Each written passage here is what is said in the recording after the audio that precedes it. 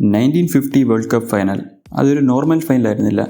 അന്നത്തെ ജേതാക്കളെ തീരുമാനിച്ചത് ഒരു ഗ്രൂപ്പ് സ്റ്റേജിലൂടെ ആയിരുന്നു എന്ന് പറഞ്ഞാൽ നിങ്ങൾ വിശ്വസിക്കുമോ?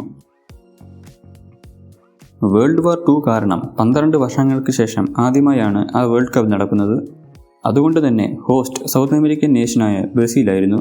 വേൾഡ് വാർ 2 കഴിഞ്ഞൊരു പശ്ചാത്തലത്തിലായതുകൊണ്ട് തന്നെ വെസ്റ്റ് ജർമ്മനിയെയും ജപ്പാനെയും പാർട്ടിസിപ്പേറ്റ് ചെയ്യുന്നതിൽ നിന്ന് വിലക്കിയിരുന്നു.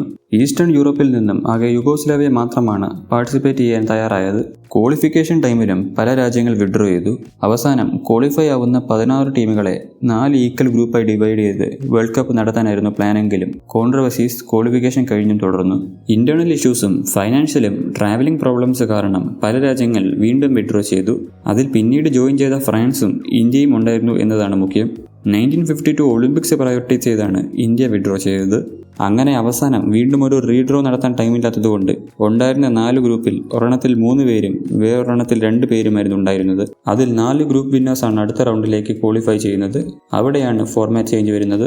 മറ്റ് വേൾഡ് കപ്പിൽ നിന്നൊക്കെ വ്യത്യസ്തമായി ഒരു നോക്കൌട്ടിന് പകരം ഈ 4 ടീമും കംപ്രൈസ് ചെയ്യുന്ന ഒരു ഗ്രൂപ്പ് സ്റ്റേജിലൂടെയാണ് ടൈറ്റിൽ വിന്നേഴ്സിനെ ഡിസൈഡ് ചെയ്യുക. ഇന്ന് one of the best Brazil teams എന്നറിയപ്പെടുന്ന 1950 ബ്രസീൽ ടീമിന്റെ കംപ്ലീറ്റ് ഡോമിനേഷൻ ആയിരുന്നു ആ ടൂർണമെന്റ്. ഫൈനൽ ഗ്രൂപ്പ് സ്റ്റേജിൽ സ്പെയിനെ 6-1 സ്വീഡനെ 7-1 തകർത്ത് ഫേവറേറ്റ്സായി നിലനിന്നിരുന്ന ബ്രസീൽ ടീമിന് ഉറുഗ്വേയാണ് ഫൈനൽ മാച്ചിൽ നേരിടേണ്ടി വന്നത്.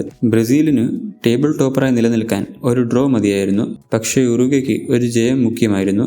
അങ്ങനെയാണ് ബ്രസീലിയൻ ഫുട്ബോൾ ഹിസ്റ്ററി തന്നെ മാറ്റിമറിച്ച ആ ഫൈനൽ പിറക്കുന്നത്, ദ മരക്കനാസോ.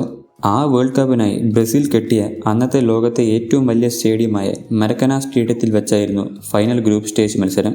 ഫൈനൽ ഗെയിമിൽ ആദ്യമേ ബ്രസീൽ ലീഡ് പോയെങ്കിലും അവസാനമായിരുന്നു ഉറുഗ്വേയുടെ കംബാക്ക്. ബ്രസീൽ 1-2 തോറ്റു. ഉറുഗ്വേ 1950 ലോക ചാമ്പ്യന്മാരായി. ജയത്തോടെ ടേബിൾ ടോപ്പേഴ്സായ ഉറുഗ്വേക്ക് അതൊരു സന്തോഷത്തിന്റെ ദിനമാണെങ്കിൽ ബ്രസീലിൽ നിന്ന് മറക്കാൻ ആഗ്രഹിക്കുന്ന ഇരുണ്ട ദിനമാണത്. അതുകൊണ്ടാണ് അതിനുശേഷം അന്നത്തെ വൈറ്റ് ബ്ലൂ ജേഴ്സിയിൽ നിന്ന് ഇന്നത്തെ ഫേമസ് യെല്ലോ ബ്ലൂ ജേഴ്സിയിലേക്ക് ബ്രസീൽ ടീം മാറുന്നത്. ഇതുപോലത്തെ ഇൻട്രസ്റ്റിംഗ് ഫുട്ബോൾ സ്റ്റോറീസ് ദിവസവും കേൾക്കണമെങ്കിൽ ചാനൽ സബ്സ്ക്രൈബ് ചെയ്യാം.